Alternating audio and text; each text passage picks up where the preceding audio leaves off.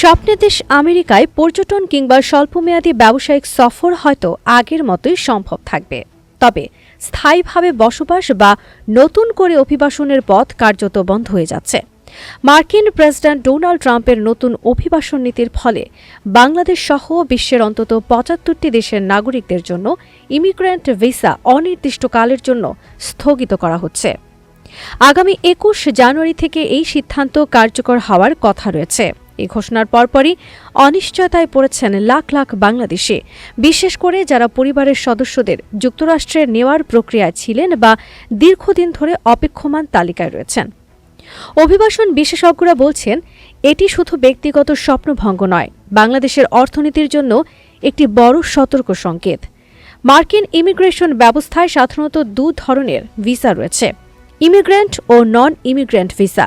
নতুন সিদ্ধান্ত অনুযায়ী ইমিগ্রেন্ট ভিসা অর্থাৎ গ্রিন কার্ড ভিত্তিক স্থায়ী বসবাসের অনুমতি কেবল স্থগিত থাকবে। পড়াশোনা, পর্যটন, চিকিৎসা বা ব্যবসার জন্য অস্থায়ী ভিসা আপাতত এই নিষেধাজ্ঞার আওতায় পড়ছে না। তবে বিশেষজ্ঞদের মতে পরিবারের সদস্যদের একত্রিত হওয়ার সুযোগ বন্ধ হয়ে যাওয়ায় বহু প্রবাসী মানসিক ও সামাজিক চাপে পড়বেন, যা দীর্ঘমেয়াদে নেতিবাচক প্রভাব ফেলতে পারে। মার্কিন ডিপার্টমেন্ট অফ হোমল্যান্ড সিকিউরিটির তথ্য অনুযায়ী শুধু ২০২৩ সালেই ১৮,২৪০ জন বাংলাদেশি যুক্তরাষ্ট্রে স্থায়ী বসবাসের অনুমতি পেয়েছিলেন। এর আগের বছরগুলোতেও এই সংখ্যা উল্লেখযোগ্য ছিল। নতুন ভিসা নীতিতে বাংলাদেশের নাম অন্তর্ভুক্ত হওয়ায় এই ধারাবাহিকতা এখন অনিশ্চিত।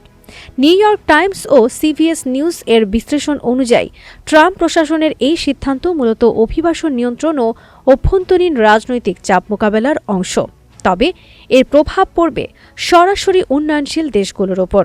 যুক্তরাষ্ট্র বাংলাদেশের জন্য চতুর্থ বৃহত্তম রেমিটেন্স উৎস। বাংলাদেশ ব্যাংকের তথ্য অনুযায়ী গত বছর রেকর্ড পরিমাণ রেমিটেন্স এসেছে, যার একটি বড় অংশ এসেছে যুক্তরাষ্ট্র থেকে। অভিবাসন বিশেষজ্ঞরা আশঙ্কা করছেন, নতুন করে মানুষ যাওয়ার পথ বন্ধ হয়ে গেলে এবং পরিবারভিত্তিক অভিবাসন স্থবির হয়ে পড়লে দীর্ঘমেয়াদে রেমিটেন্স প্রবাহে চাপ তৈরি হবে। কারণ নতুন প্রবাসী মূলত সময়ের সঙ্গে সঙ্গে রেমিটেন্স বৃদ্ধিতে ভূমিকা রাখেন। অনেক বিশ্লেষক মনে করছেন এটি ট্রাম্পের পরিচিত নেগোসিয়েশন টেকনিক বা দর কষাকষির কৌশলের অংশ হতে পারে। এর আগে শুল্ক নীতি ও বাণিজ্য ইস্যুতে তিনি এই ধরনের কৌশল প্রয়োগ করেছিলেন।